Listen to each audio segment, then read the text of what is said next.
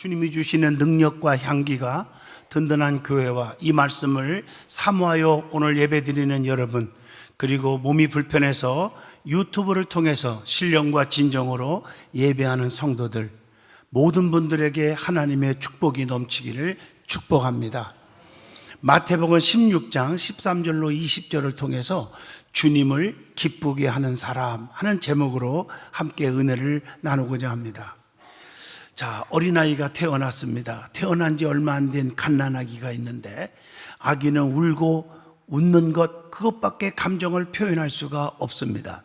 한밤중에 배가 고파 운다고, 기저귀를 갈아달라고 시도 때도 없이 운다고 해서 부모님이 귀찮아하고 짜증을 낼까요? 오히려 서둘러서 달려와서 달래주고 먹여주고 갈아줄 것입니다. 아기가 좀 더 자란 뒤에도 마찬가지입니다. 아기는 걸음마도 제대로 못합니다. 자기 먹을 것도 찾아 먹지 못합니다. 그래도 부모는 흡족하게 자녀를 바라보고 넘어진 자녀를 일으켜주고 좋은 것을 매 끼니마다 준비해서 먹이지 않습니까? 자녀를 너무너무 사랑하기 때문에 부모는 자녀를 부끄럽게 여기지 않고 자녀가 성장할 때까지 물심양면으로 지원할 것입니다. 여러분, 단지 사랑이라는 단어, 이 사랑 때문이 아닐까요? 어린아이가 부모님의 인내를 통해서 성장하듯이 하나님도 우리의 성장을 기다려 주십니다. 몇 번 넘어지고 조금 부족해도 돌봐주시는 주님을 의지하면서 주님을 향해서 한 걸음씩 나아가야 되지 않겠습니까? 그래서 우리의 삶은 그 주님께 기쁘시게 하는 삶을 살기로 결단을 하여야 할 것입니다. 여러분, 주님을 사랑하십니까?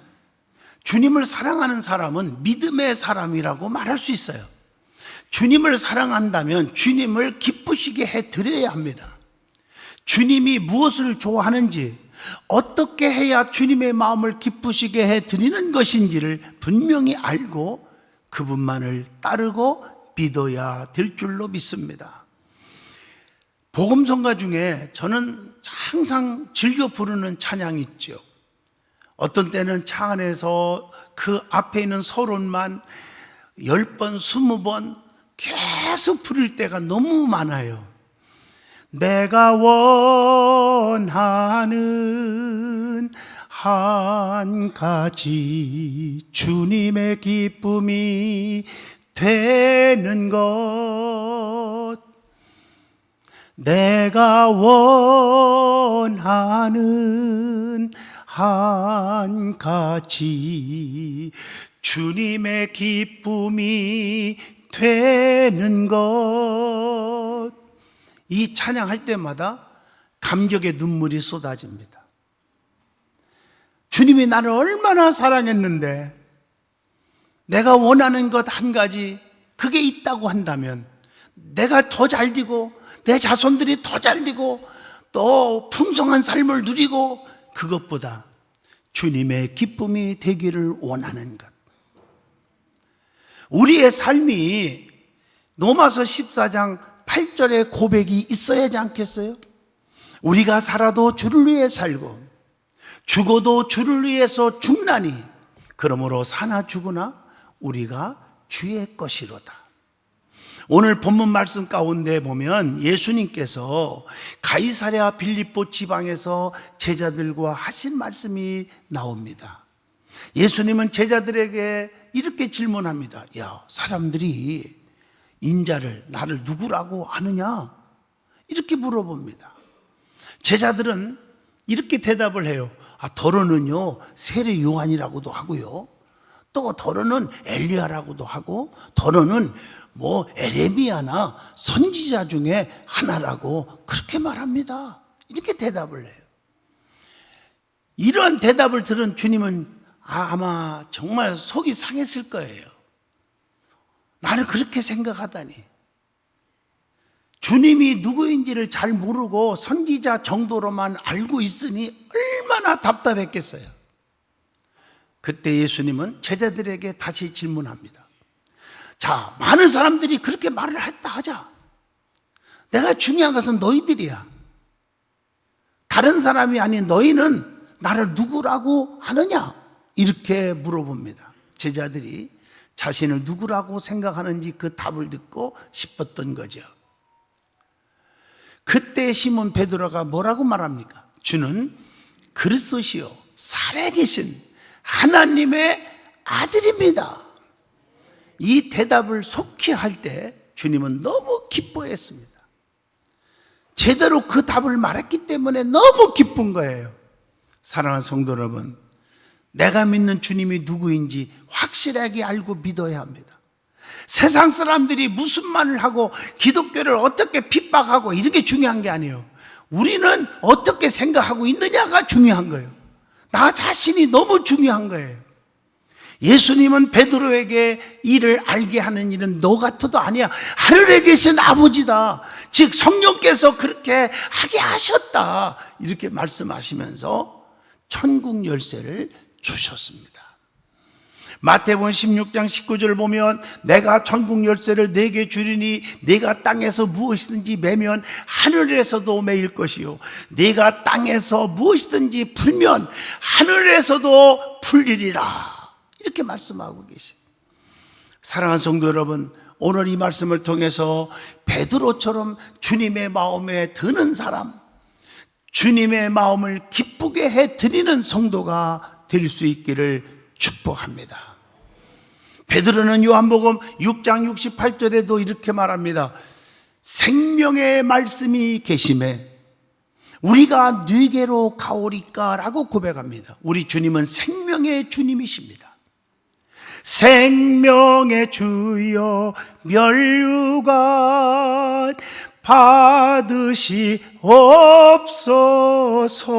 받으시옵소서. 생명의 주님, 주님은 확실한 믿음을 가진 자에게 확실한 보상을 주십니다. 그렇다면 확실한 믿음이 무엇인지, 그리고 확실한 보장이 무엇인지 오늘 이 말씀을 통해서 저와 여러분이 큰 은혜를 받기를 원합니다. 그러면 확실한 믿음에는 반드시 세 가지가 있어야 됩니다. 첫째로 예수에 대한 확실한 신앙 고백이 있어야 합니다. 오늘 마태복음 16장 16절을 함께 읽겠습니다. 시몬 베드로가 대답하여 이르되 주는 그리스도시요 살아계신 하나님의 아들이십니다. 내가 믿는 하나님은 죽은 하나님이 아니에요. 살아계신 하나님이에요. 그분이 여기 지금 계십니다. 그게 주님이 기뻐하는 일이요. 그래서 히브리서 11장 6절에 믿음이 없이는 하나님을 기쁘시게 하지 못하나니 하나님께 나아가는 자는 반드시 그가 여기 계신 것과 또한 자기를 찾는 자들에게 상 주시는 자이심을 믿어야 할지니라. 하나님은 분명히 살아계신 분이고 지금 여기 계십니다. 지금 그럴 때 놀라운 역사가 일어나는 것입니다. 한 주간 기도원에서 이번 주간 집회하고 왔는데 그 믿음을 가질 때 허리가 펴졌습니다. 다리가 펴졌습니다. 눈이 밝아졌습니다. 지금도 생생해요. 녹화를 해왔기 때문에 언제 여러분에게 들려주겠습니다만 앞에 나와서 간증할 때 맞다, 하나님이 여기 계시다는 것을 보여주는 거죠. 베드로는 예수님이 누구인지를 바로 알았습니다. 여러분 출애굽기 읽어보면 모세를 하나님께서 부르실 때에 모세가 변명을 여러 가지가 하잖아요. 뭐 말죄주도 없고 뭐 이런저런 변명을 할 때 그 중에 한 가지가 뭐지요? 사람들이 너 누가 보내서 왔느냐? 이렇게 말하면 내가 뭐라고 말할까요? 이런 질문을 해요. 그때 하나님께서 뭐라고 했어요? I am who I am. 나는 스스로 있는 자다. 태초부터 있었어. 이 말 속에는 세상을 창조하셨고 인간의 생사 화복을 주관하는 자요, 이런 뜻 아니겠습니까? 하나님이 누구인지를 바로 아는 게 너무 중요한 거예요. 베드로는 예수님이 누구인지를 바로 알았다는 거예요. 예수님을 나의 구주로 믿었어요. 예수님이 그리스도이심을 믿었어요. 예수님 믿어야 구원받는다는 사실을 확신했다는 얘기예요. 예수님이 살아계신 하나님의 아들이심을 믿었다는 거예요. 예수님은 영원토록 살아계신 분인 줄로 믿습니다. 그래서 우리는 주님 떠나서는 살 수 없잖아요. 그래서 요한복음 15장 5절에 나는 참 포도나무여 너희는 가지라. 가지가 포도나무에 붙어 있어야 많은 열매를 맺고 너희가 나를 떠나서는 아무것도 할 수 없느니라. 성도는 예수님께 딱 붙어 있어야 돼요. 그래서 예수님 뭐라 했어요? 내게 오는 자는 결코 줄이거나 목마르지 아니할 터이요 배에서 생수의 강이 흘러 넘치리라. 주님께로 뿌리를 깊이 내려야 돼요. 지난 철야 때도 말씀했지만 영국 왕국의 포도나무 2,000송이가 달랑달랑 매달려 있을 때 깜짝 놀란 거예요. 어떻게 갑자기 이렇게 포도송이가 많이 열렸을까? 소문이 퍼지니까 전문가들이 찾아와서 연구를 하는 거예요. 야, 어떻게 이렇게 될 수 있을까? 그 결과가 뭡니까? 왕궁으로부터 수십 리 떨어진 이 템스강까지 뿌리를 쫙쫙쫙 내려 뻗어서 거기서 흘러나오는 그 물을 마시고 양분을 빨아들여서 갑자기 건강한 나무가 되어 2,000송이나 되는 포도송이를 거둘 수가 있었다는 거죠. 때가 되면 우리가 믿음이 점점 자라서 주님께로만 깊이 뿌리를 내리면 그분께만 가면 우리의 삶이 행복해지고 형통하실 줄로 믿습니다.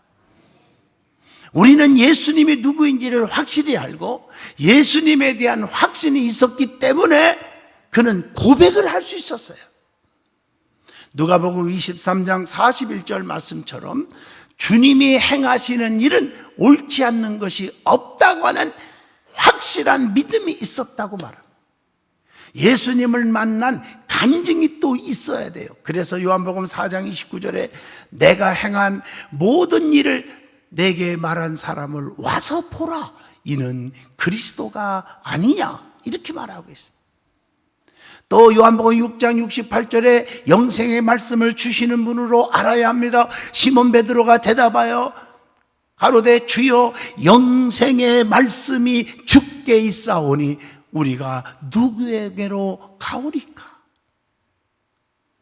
그렇기 때문에 믿기만 하면 구원을 받는다고 하는 확신이 생기는 거죠. 요한복음 17장 3절 영생은 곧 유일하신 참 하나님과 그가 보내신 자 예수 그리스도를 아는 것이니라. 성도는요, 내가 믿는 하나님이 누구인지를 바로 알 때 하나님 너무 기뻐하시고 또 그 하나님의 전능하시고 전지하시고 무소부재하신 분이 역사해 주시는 거예요. 그래서 시편 126편 6절에 하나님은 심는 대로 거두게 하시고 수고한 대로 먹게 하신 분이로다. 울며 씨를 뿌리는 자는 정령 기쁨으로 그 곡식단을 가지고 돌아오리로다. 이렇게 말씀했어요. 우리 하나님은요, 항상 신앙과 불신앙, 선과 악을 분별하시어서 복과 저주, 천국과 지옥으로 이렇게 가르시는 분이십니다. 그래서 시편 1편에 보면 다 복 받는 게 아니에요. 복 있는 사람이 따로 있어요. 그 사람은 형통하게 하지만 악인은 바람에 나는 겨와 같게 하신다고 말씀합니다.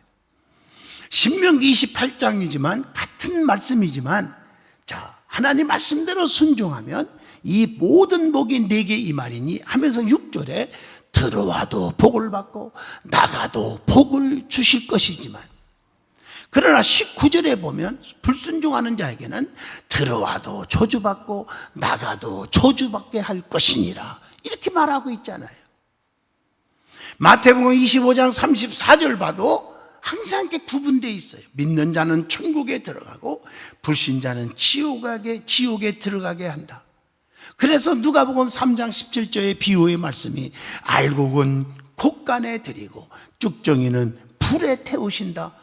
곶간은 천국이요 불은 지옥을 의미하지 않습니까?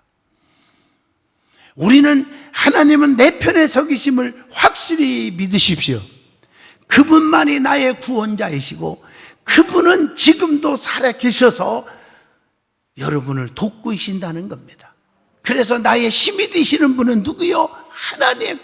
시편 18편 2절에 여호와는 나의 반석이시요 나의 요새시요 나를 건지시는 이시요 나의 하나님이십니다. 이렇게 고백하는 거예요. 그리고 믿음의 사람은요 항상 주 안에서 고백을 잘해야 합니다. 주 안에서 존경하고 사랑합니다. 허물은 덮어주고 기도해주는 고백이 있어야 됩니다. 항상 용기를 넣어주고 힘이 되어 주어야 합니다. 부부지간에도 항상 사랑의 고백이 있어야 합니다. 교회와 주의 종을 사랑하고 존경하는 고백이 있어야 됩니다. 나는 주님 없이는 살 수 없다고 하는 주님을 향한 고백 아주 중요하잖아요. 그래서 시편 18편 1절에 나의 힘이 되신 여호와여 내가 주님을 사랑합니다. 얼마나 이 고백을 들으신 주님이 기뻐하실까요? 성도들끼리도 서로 고백하는 거예요. 내가 당신 때문에 힘이 납니다. 내가 당신 때문에 힘들고 어려울 때 용기를 가졌습니다. 얼마나 멋있어요. 저도 마찬가지요. 사랑하는 성도님들이 계셔서 제가 존재합니다. 부족하고 정말 연약한 자지만 여러분이 허물이 있으면 덮어주고 관용해주고 품어주고 사랑해주기 때문에 제가 존재합니다. 저는 이 고백을 하나님 앞에도 하고 여러분 앞에도 하는 거예요. 두 번째입니다. 예수님에 대한 철저한 헌신이 있어야 합니다. 마태복음 10장 28절이 그 말씀이에요. 베드로가 여짜와 이르되 보소서 우리가 모든 것을 버리고 주를 따랐나이다. 헌신의 고백을 하잖아요. 모든 것을 버리고 주님만 쫓겠다고 하는 각오가 있었습니다. 마태복음 4장 22절에 그들이 곧 배와 아버지를 버려두고 예수를 따르니라 이렇게 말하고 있잖아요. 그래서 예수님의 좋은 군사 디모데후서 2장 4절 자기 생활에 얽매이지 않는 철저한 예수님의 좋은 군사가 되어야 합니다. 뿐만 아니라 계시록 2장 10절 내가 죽도록 충성하라 그리하면 내가 생명의 관을 내게 주리라. 열심히 죽도록 충성해서 상급받는 그리스도인이 되어야 합니다. 그래서 우리의 몸에서 그리스도만 존귀케 하는 자가 되라는 거예요.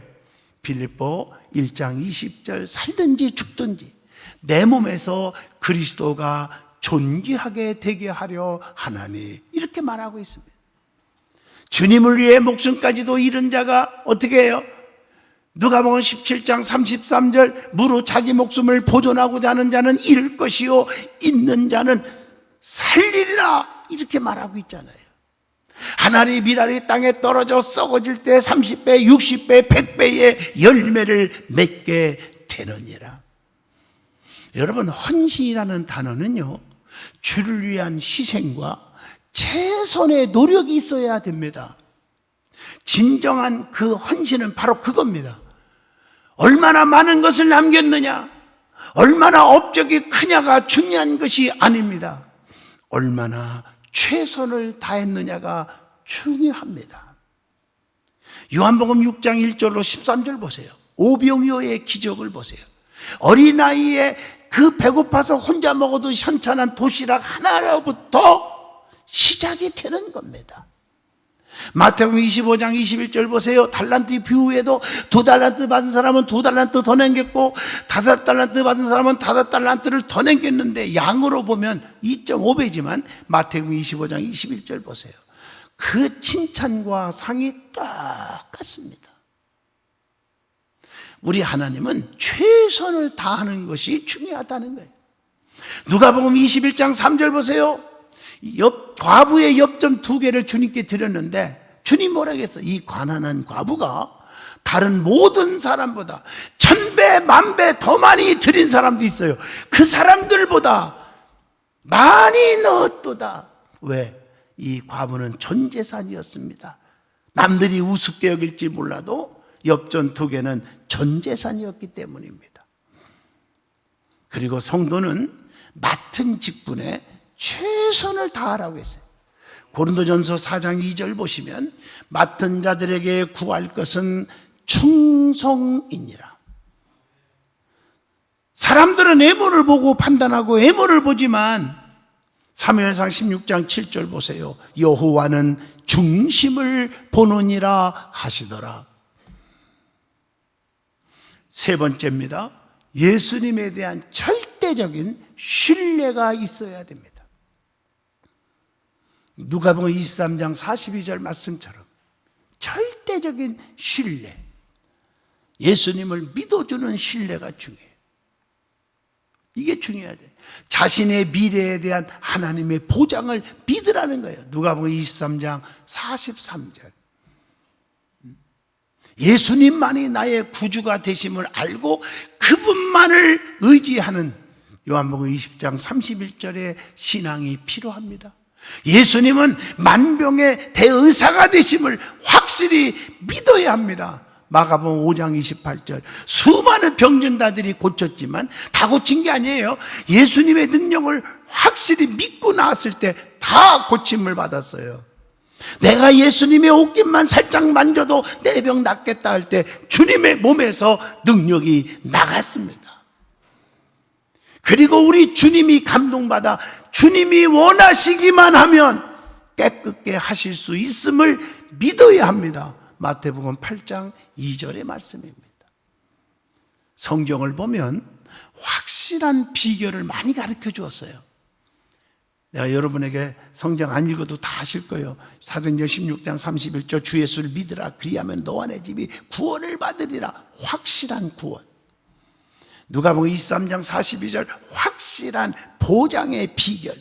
누가복음 5장 5절로 6절 확실한 성공의 비결. 다 성경에 나와요. 누가복음 19장 4절 확실한 축복의 비결. 마가복음 5장 27절 확실한 치유의 비결이 나타납니다.